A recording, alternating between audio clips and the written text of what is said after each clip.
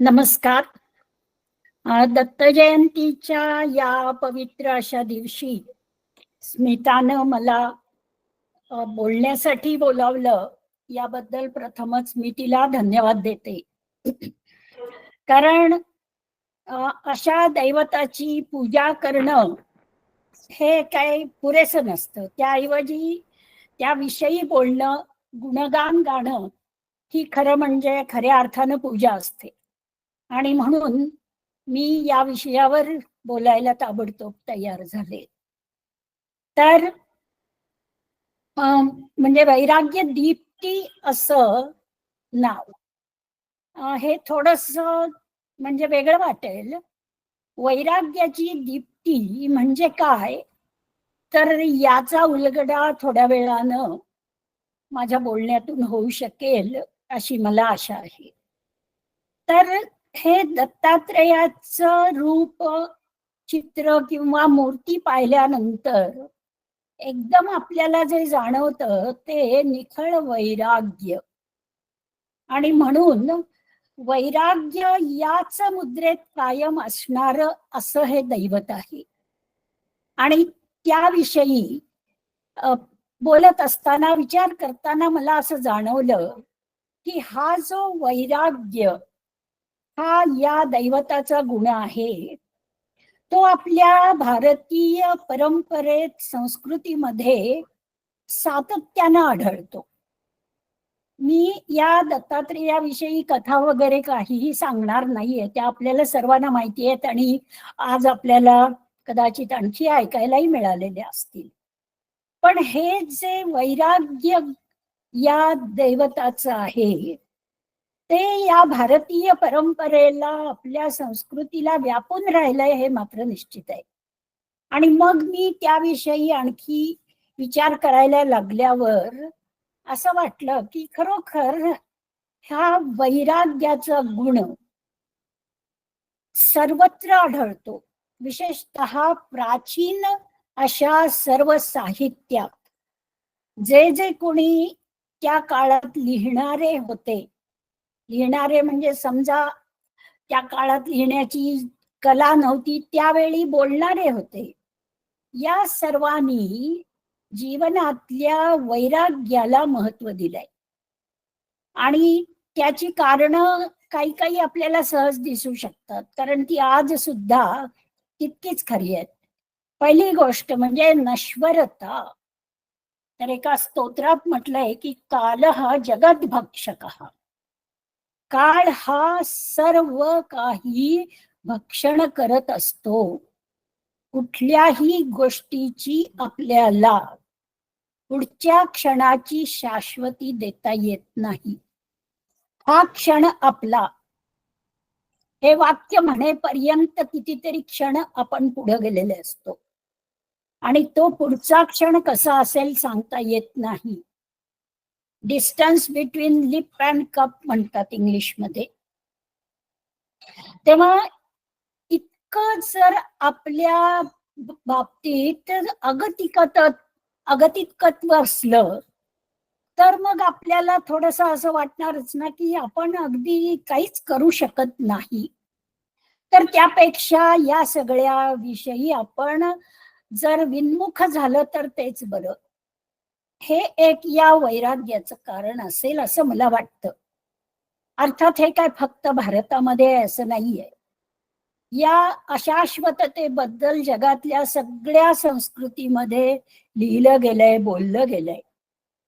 समांतर असलेली जी ग्रीक संस्कृती आहे, तिच्यामध्ये एका लेखकानं लिहिलंय, call no one happy until he is dead. आपण एखाद्याला सुखी म्हणू नये या क्षणाला, कारण पुढच्या क्षणाला तो सुखी असेल असं नाही. तर ही नश्वरता, अशाश्वतता, यातून हे वैराग्य निर्माण होत असेल. ज्यांचं होतं त्यांच्याविषयी आपण बोलतोय. सर्वच जण वैराग्य धारण करतात, विरागी होतात असं नाही. पण हे जे काही लिहिलं जातं, बोललं जातं, त्याचं कारण हा अशाश्वततेचा सततचा आपल्या डोक्यावरचा सुरा हे असू शकते. दुसरं पहा की वैराग्याच्या विरुद्ध काय आहे? उपभोग.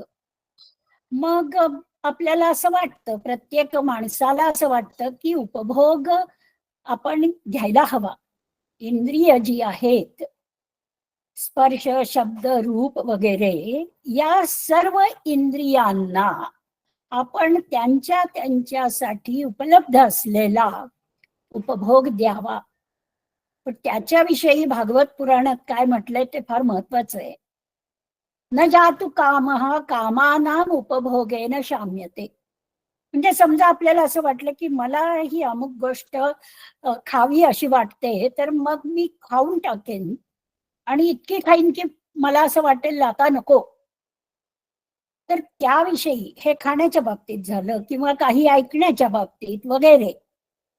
पण हा कवी म्हणतो की असं होत नाही.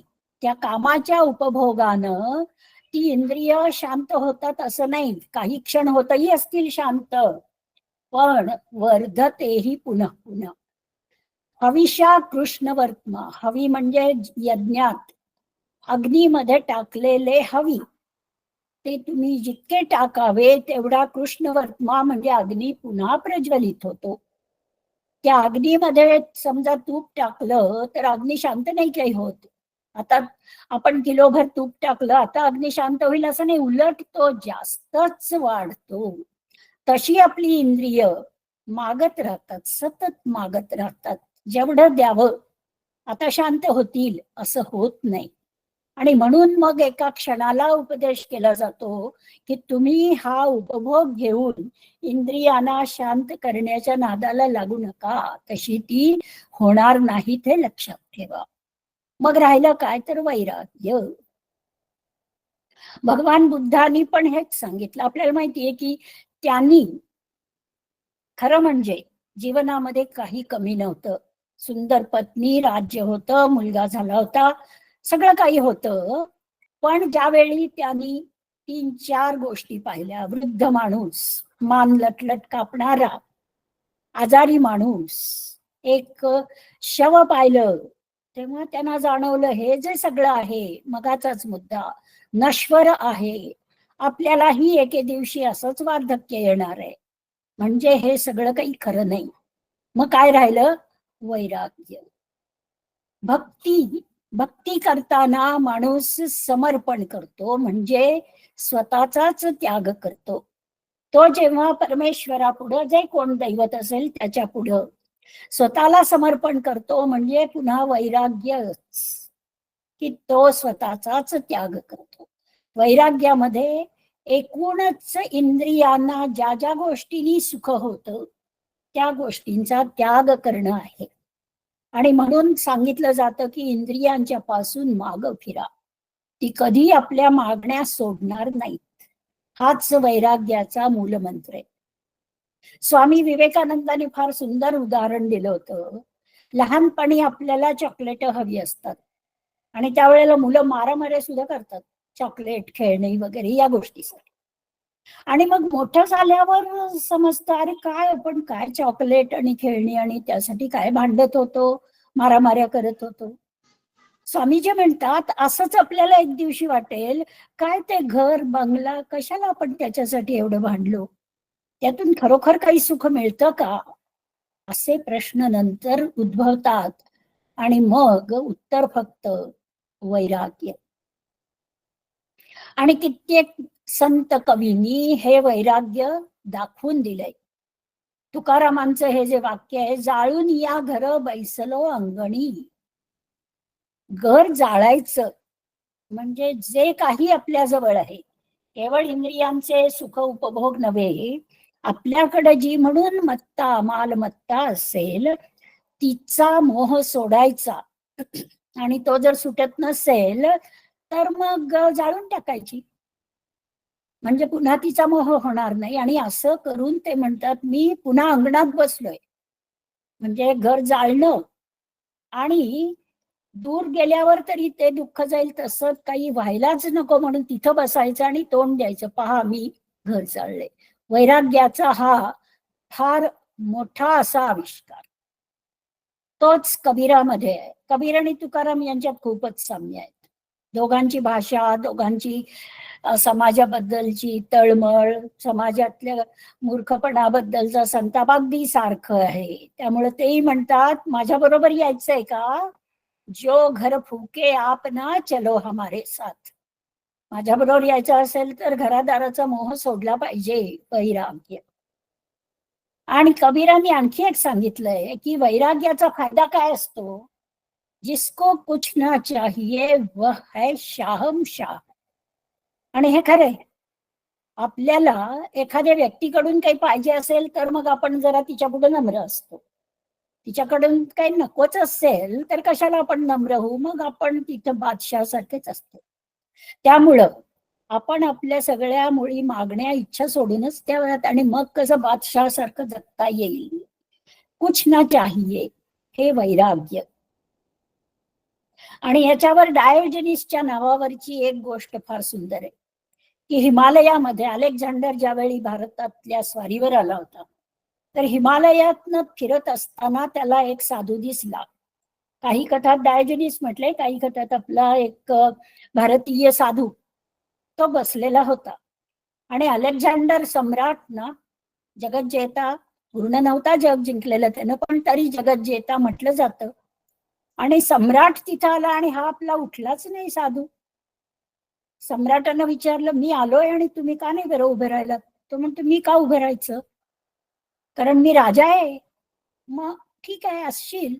नाही, मी सम्राट आहे, मी तुम्हाला हवं ते देऊ शकतो, मी काय पाहिजे ते करू शकतो, अशी माझी ताकद आहे आणि त्यामुळं तुम्ही उभं राहायला हवं होतं. डायोजनिसने आपल्या वैराग्याला अनुसरून त्याला म्हटलं, जगावर सत्ता आहे का तुमची? तो म्हणला, हो. ठीक आहे, मग तुम्ही आता या दिशेला आलेले आहात तर हे बघा माझं आसन. या आसनाला मी पसरवू शकत नाही. उजवी बाजू पसरवली की डावी सरकत येते, गुंडाळी होते ती. आणि डावी बाजू मी सरळ केली की उजवी बाजू सरकत येते.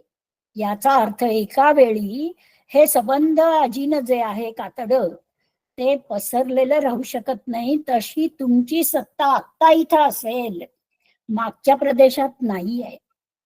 आता हे ऐकल्यावर अलेक्झांडरला वाटलं कुछ दम आहे, काहीतरी आहे याच्यात. तो म्हणाला, नाही तरी पण मी तुम्हाला काय पाहिजे ते देऊ शकतो. तेव्हा तो साधू म्हणाला, देणारच असला तर एक करा, मी इथं ऊन खायला बसलोय सूर्याचं आणि तुम्ही इथं उभे राहिल्यामुळं माझं ऊन अडलंय, तर तुम्ही फक्त बाजूला व्हा एवढंच द्या मला. याला म्हणायचं शाहमशाह. सम्राटाला ज्यानं सांगितलं मला काही नको तुमच्याकडून, तर असं वैराग्य, ही वैराग्याची दीप्ती आहे.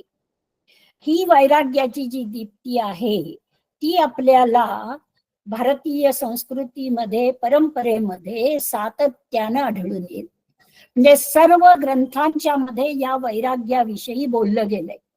पतंजली सूत्र, पतंजलींच्या या योगाचा मुख्य उद्देश चित्त निरोध हा आहे. आणि इथं दाखवल्याप्रमाणे आपल्या चित्ताचे रंग सतत बदलत असतात. वृत्ती 5 प्रकारच्या असतात आणि चित्ताचे रंग कधी लाल, कधी हिरवा, कधी पांढरा बदलत असतात. या चित्तवृत्तींचा निरोध करण्याचे 2 मार्ग सांगितलेत, अभ्यास आणि वैराग्य. आता हे दोन्ही एकमेकांना पूरकच आहेत. म्हणजे वैराग्याचा अभ्यास करावा लागतो, सराव करावा लागतो. म्हणजे एखादी गोष्ट नाही खायची याची सवय करावी लागते, म्हणजे अभ्यास. आणि हा अभ्यास करण्यासाठी वैराग्य तर मुळात पाहिजेच ना, की ही गोष्ट मी खाणार नाही, म्हणजे तिच्यापासून मी लांब राहणं, हे वैराग्यच आहे. हव्या असलेल्या गोष्टीपासून लांब राहणं, त्याचा सराव म्हणजे अभ्यास. अशा या 2 परस्पर पूरक गोष्टी, अभ्यास आणि वैराग्य, या दोन्हीमुळे चित्ताचा निरोध होऊ शकतो. किंबहुना त्यानंच चित्ताचा निरोध होऊ शकतो, एरवी ते होणे नाही. इतकं की या योगामध्ये हे प्रतीक वापरलं जातं. हे कमळ आहे, याच्या पाकळ्या म्हणजे सिद्धी आणि हा कोश म्हणजे वैराग्य. आता कमळाचा जर तुम्ही कोश विस्कटला, काढला, तर पाकळ्यांची काय अवस्था होते आपल्याला माहितीये. पाकळ्या विस्कटून जातील, खाली पडतील. त्याचप्रमाणे वैराग्य जर नसेल तर सिद्धी मिळणार नाहीत. आणि जर या सिद्धी मिळाल्यावर तुम्ही वापरत राहिला तर हा वैराग्याचा भाग पुन्हा निसटून जाईल. तेव्हा योगामध्ये सिद्धी समाधी पर्यंत जाणं, यातलं काही हवं असेल तर वैराग्य पाहिजे. बर ठीक आहे, मला काही योग नकोय म्हणणं असेल कोणाचं, तरी सुद्धा मनाचा निग्रह ही जीवनात अत्यंत आवश्यक गोष्ट आहे. मनाचा निग्रह नसेल तर दुःख ताबडतोब धावत येतात. मन स्थिर ठेवणं ही अत्यंत अवघड गोष्ट असते. म्हणून भगवद्गीतेमध्ये सांगितलंय, अर्जुनाला कृष्ण म्हणतो, महाबाहो मनम दुर्निग्रहम. आता इथे लक्षात येईल, कृष्णाने शब्द वापरलाय महाबाहो. अर्जुनाचे बाहू महान आहेत, शूर आहे तो, पण त्या शौर्याचा, त्या महान बाहूंचा मनाच्या निग्रहासाठी काही उपयोग नाही बरं, कृष्ण सांगतोय. त्यासाठी काय पाहिजे, हे कौंतेय अभ्यासेन वैराग्येण च गृह्यते. तर मगाशी म्हटलेलं आहे, योगामध्ये तेच पुन्हा कृष्णानं सांगितलंय. वैराग्याचा अभ्यास केला पाहिजे आणि अभ्यासासाठी वैराग्य अंगी बाणवलं पाहिजे. तर असा हा वैराग्याचा महिमा मनाला स्थिर करण्यासाठी आदि शंकराचार्य, मी थोडीशीच उदाहरणं घेतली आहेत ठळक अशी. आदि शंकराचार्य संन्यासी, अर्थातच त्यांच्या दृष्टीनं वैराग्य हे जीवनाचं सार. त्यांनी म्हटलंय की ब्रह्म हेच एक सत्य आहे, बाकी सर्व जग मिथ्या आहे. आणि वैराग्य एवढं की आता केवळ जन्मातल्या या जीवनातल्या सुखोपभोगाच्या गोष्टी सोडा, हा जन्मच नको. पुनरपि जननम पुनरपि मरणम या येरझारा नकोत, असं अनेक संतांनी सांगितलंय. शंकराचार्यांचं स्तोत्रच आहे.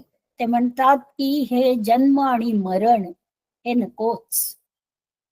कोहम, मी कोण आहे, हा प्रश्न, त्या प्रश्नाचं उत्तर शोधण्यासाठी प्रयत्न करायला हवेत. आणि त्या प्रयत्नासाठी सुद्धा काय हवं, वैराग्य. ते इतर कुठल्या कामामध्ये गर्क राहिल्यावर होणार नाही. आणि मग वैराग्य किती किती दर्जाचं, कुठल्या टोकाचं. वस्तू नकोत, मालमत्ता तर नकोच, करतल भिक्षा, सोन्याचं सोडा ताटच नको, हातात भिक्षा आणि तरुतल वास. हा घर नव्हेच, खोली नव्हे, झोपडी सुद्धा नव्हे, झाडाच्या खाली वास. या प्रकारे त्यांनी वर्णन केलंय की कसा असतो संन्यासी. जो खरा वैराग्यशील आहे त्याला स्वानंद भावे परितुष्टिमंत, आपला आनंद आपल्या मनामध्ये, त्याला बाहेरून कुठल्या आनंदाची गरज नसते. आणि म्हणून म्हटलंय त्यांनी एका मोठ्या स्तोत्रामध्ये सुंदर वर्णन केलंय, कौपीनवंत खलु भाग्यवंत.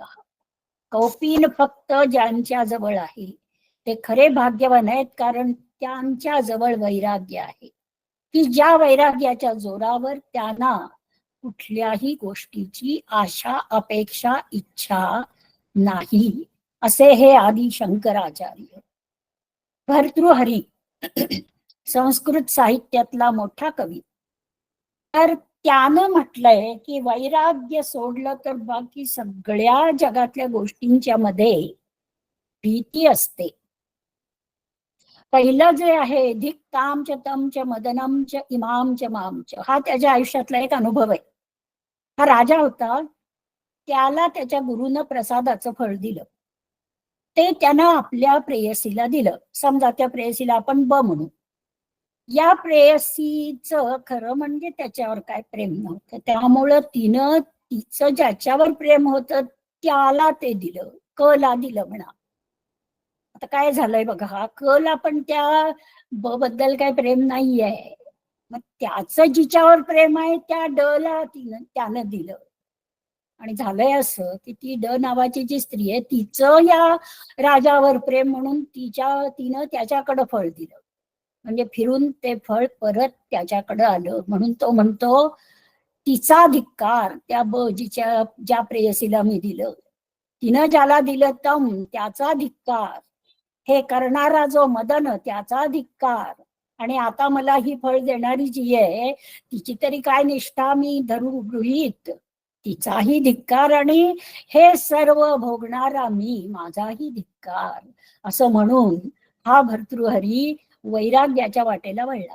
त्यामुळे त्याचं एक वाक्य बघा, मनुष्या वदत, सांगा बाबानो, सुखम स्वल्पमपि अस्ति किंचित, या जगामध्ये काय सुख आहे का हो? नाही नाही. आणि किती तारुण्यम गतम, निष्फळ गेलं तारुण्य, कसं शून्यालये दीपवर, रिकाम्या घरातल्या दिव्यासारखं. कबीरानं नेमकी हीच उपमा दिली आहे, सुने महल में दिया जलाया. भर्तृहरीनं ते आधीच सांगून ठेवले, रिकाम्या घरातला दिवा लावण्यासारखं तारुण्य आयुष्य गेलं. हे सगळी वैराग्याची लक्षणं.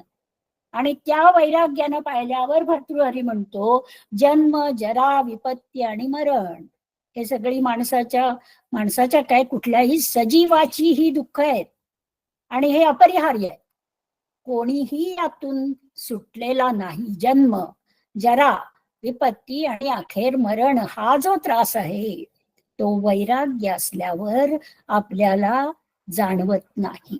एक त्याचा श्लोक जाता जाता धावत्या नजरेनं बघूया. तो म्हणतो उपभोग असतील तर रोगाची भीती असते. आधी गोष्ट आहे, एखादी गोष्ट आवडली जास्त खाल्ली तर विकार होणार, पोट बिघडणार. कुलैच्युती भयम, कुळ चांगला आहे म्हणून आनंद मानावा तर त्याचा कधी ऱ्हास होईल सांगता येत नाही. वित्त म्हणजे संपत्ती जमली तर राजाची नजर असते, आज आपण म्हणू इन्कम टॅक्सची नजर असते. मान मिळतोय म्हणावं तर कधी संपेल आणि दैन्य येईल सांगता येत नाही. बळ आहे, शक्ती आहे तर शत्रू येऊ शकतो. रूप आहे म्हणून आरशात बघून जरा अभिमान मानावा तर एखादा केस पांढरा दिसायला लागतो. शास्त्र विद्या आहे म्हणून म्हणावं तर वाद सुरू झाले की पराभव नाही ना होणार वाटतं. गुण पुष्कळ आहेत म्हटलं की गुणी माणसाच्या मग दुष्ट माणसं हात धुवून लागतात. काया शरीराचा अभिमान बाळगावा तर काळ उभा आहे डोक्यावर, जणू काही तलवार ठेवलेली आहे केसानं बांधलेली. गृहीत इव केशेषु मृत्युना, असं म्हटलंय एका श्लोकामध्ये. किती सुंदर वर्णन केलंय. असं सगळं आहे. सर्वम वस्तू भयान्वितम, सगळ्या वस्तू जगातल्या अशा भयानं जोडलेल्या आहेत. त्यामुळं वैराग्यम एव अभयम, जर निर्भय व्हायचं असेल तर वैराग्य स्वीकारा. थोडीच उदाहरणं घेतली मी, अशी अनेक देता येतील. आणि मग all this is very sad, हे सगळं दुःखदायकच आहे की नाही. बर्ट्रँड रसेल, इंग्लंडचा अत्यंत थोर तत्वज्ञ, गणितज्ञ, महान, खरोखर महान, तो म्हणतो all this is very sad but there is a way out and it was discovered in India, असं त्यानं म्हटलंय हिस्ट्री ऑफ वेस्टर्न फिलॉसॉफीमध्ये.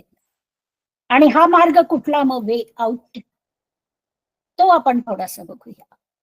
तर हे जे वैराग्य सतत भारताच्या सर्व ग्रंथ आणि एकूण परंपरेमध्ये जर आहे, तर मग प्रश्न पडतो की या वैराग्याला समांतर भारतामध्ये कृतिशीलतेचा प्रवास चालू होता की.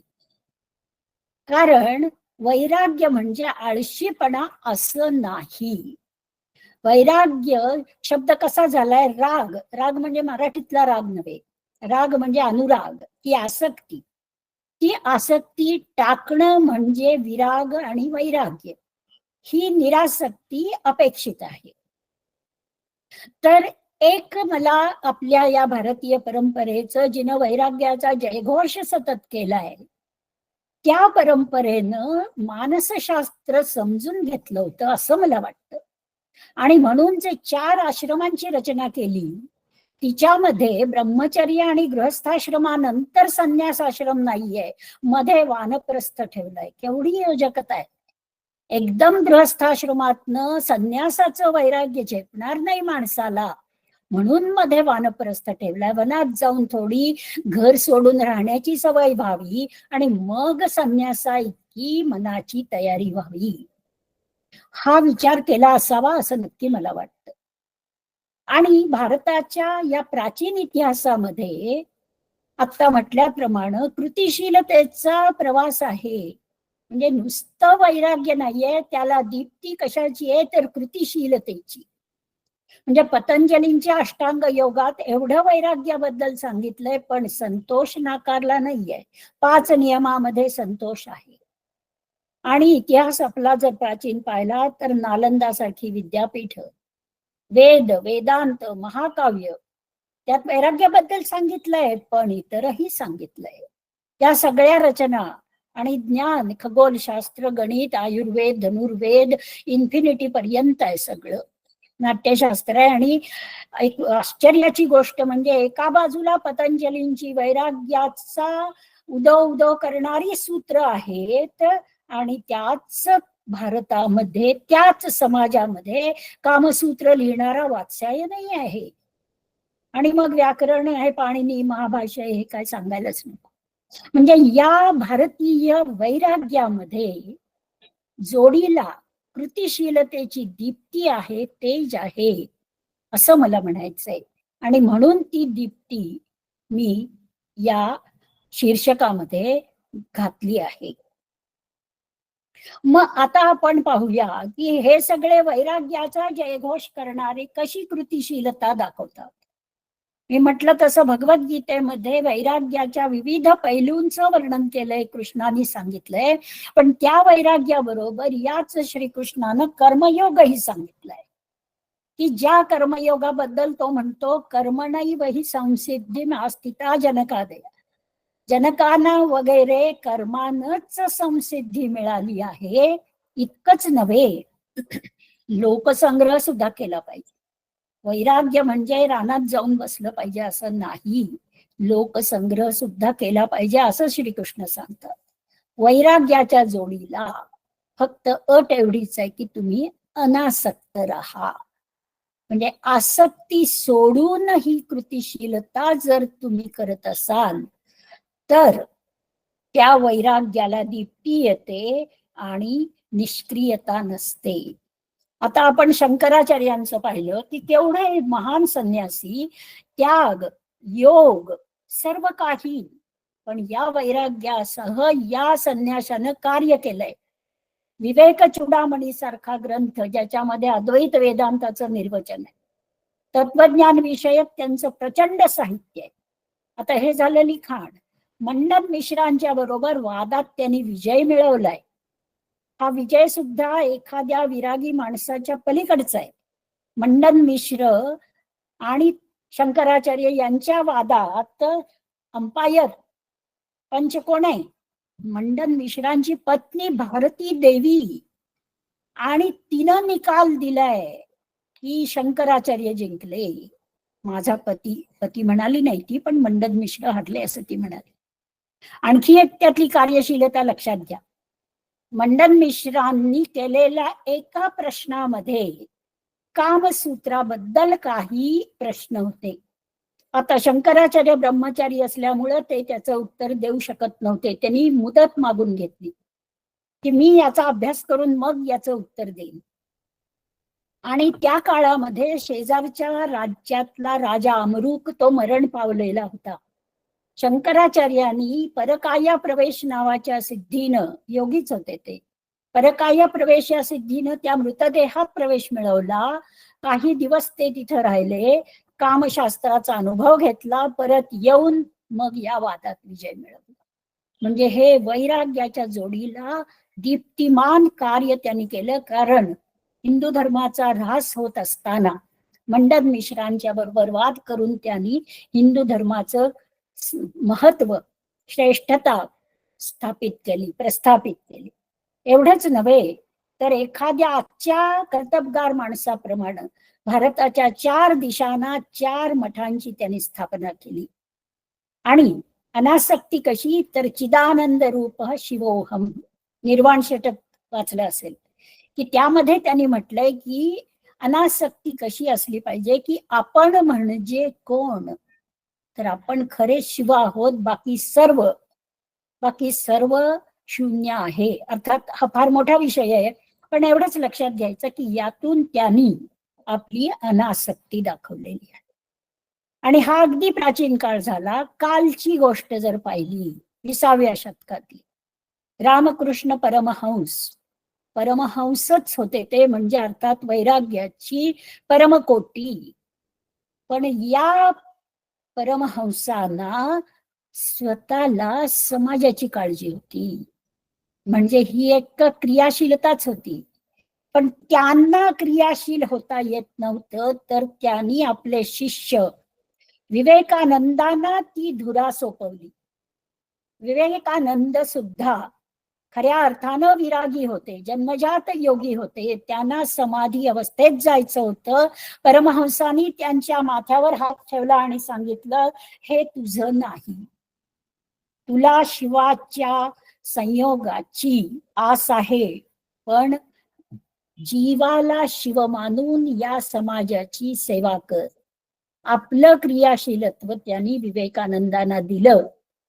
ती एक प्रकारे शपथच घातली जणू काही, आणि सांगितलं की तू क्रियाशील राहिलं पाहिजे. आणि विवेकानंद योगी विरागी तर होतेच. त्यांच्या 10 खंडांची ग्रंथावली जर पाहिली विवेकानंदांची, रामकृष्ण मठानं काढलेली, तर दिसेल आपल्याला सतत वैराग्याचा जयघोष आहे त्याच्यामध्ये. पण त्याच्या जोडीला हे एवढं मोठं कार्य आणि रामकृष्ण मठाची स्थापना आणि समाजाच्या उत्थापनेची त्यांची तळमळ, हे सगळं त्यांच्या वैराग्याच्या दीप्तीसारखंच होतं. आणखी एकच उदाहरण जर घेतलं तर योगी अरविंद क्रियाशील काय, क्रांतिकारक होते. माणिक तोळा बॉम्ब खटल्यात ते एक आरोपी होते. अलीपूरच्या तुरुंगामध्ये त्यांना एक साक्षात्कार झाला आणि त्या क्षणी ते योगी झाले, योगाकडे वळले. वैराग्य आधीपासून होतच, ते देशासाठी होतं, ते आता त्यांनी योगासाठी स्वीकारलं. पण भारतीय संस्कृतीवर अरविंदांनी जेवढं लिहिलंय आणि जसं लिहिलंय तसं कुणी लिहिलं नसेल. म्हणजे या सर्वांचं वैराग्य हे दीप्तिमय होतं, आणि वैराग्य हे असं असायला पाहिजे. आणि मग हा सर्व विचार केल्यावर मी पुन्हा एकदा दत्तात्रेयाच्या चित्राकडे वळते. आणि मग तिथं वळल्यावर माझ्या लक्षात येते की माझं चुकलंय जरा. मी त्यांना फक्त संन्यस्त रूप म्हटलं, संन्यासी म्हटलं, पण नाही, ते काही फक्त संन्यासी नाहीत. अहो, त्यांच्या जवळ 4 कुत्रे आहेत जे वेद आहेत, म्हणजे ज्ञान आहे. आणि गाय ही वात्सल्याचं प्रतीक नाही का? आणि शिवाय हे 3 देव एकत्रित आलेले आहेत, जे ब्रह्मा, विष्णू आणि महेश, उत्पत्ती, स्थिती आणि लय, या 3 गोष्टींनी विश्वाचा व्यवहार बनतो. त्या विश्व व्यवहाराचं हे प्रतीक आहे. त्यामुळे हे नुसत्या संन्यासाचं प्रतीक नाही, याची मला जाणीव झाली. आणि म्हणून मला असं वाटलं, हे वैराग्य केवळ निष्क्रिय असं नाहीये, याला कार्याची, कृतिशीलतेची दीप्ती आहे. विश्व व्यवहार चालू आहे, थांबलेला नाही. आणि म्हणून मग आपण आपल्यासाठी, आपण काही हे असलं घनघोर वैराग्य कधीच करू शकत नाही, हे सरळ आहे, मान्य केलेलं बरं. पण तरी मग आपण आपल्यासाठी काय वैराग्य धरायचं, तर स्वामी विवेकानंद म्हणतात, वैराग्य म्हणजे आळशीपणा नाहीये, भिक्षा मागायची आणि जगायचं हे वैराग्य नाही. ते म्हणतात त्या दोन्हीत आकाश पाताळा एवढं अंतर आहे. शिवाय वैराग्यात वृक्षपणा नाही. आणि हे विवेकानंदांच्याकडे पाहिल्यावर सुद्धा समजेल. हे वाक्य त्यांनी ज्या आपल्या पत्रात लिहिलंय ना, त्या पत्रात त्यांनी हिमालयातल्या प्रवासाचं वर्णन केलंय, गंगेचं वर्णन केलंय. ते म्हणतात गंगेच्या या प्रवाहात मी पाहतोय किती त्या काळात गंगा आजच्या पेक्षा स्वच्छ होती. त्यामुळे त्यांनी म्हटलंय मी जेव्हा या पाण्यात पाहतो खाली मला मासे दिसत आहेत, मोजता येतील मासे. एवढं सौंदर्य दर्शन स्वामी विवेकानंद घडवतात. त्यामुळे ते म्हणतात वैराग्यात वृक्षपणा नाही, फक्त आसक्ती लिप्तपणा टाळावा, अनासक्त राहावं.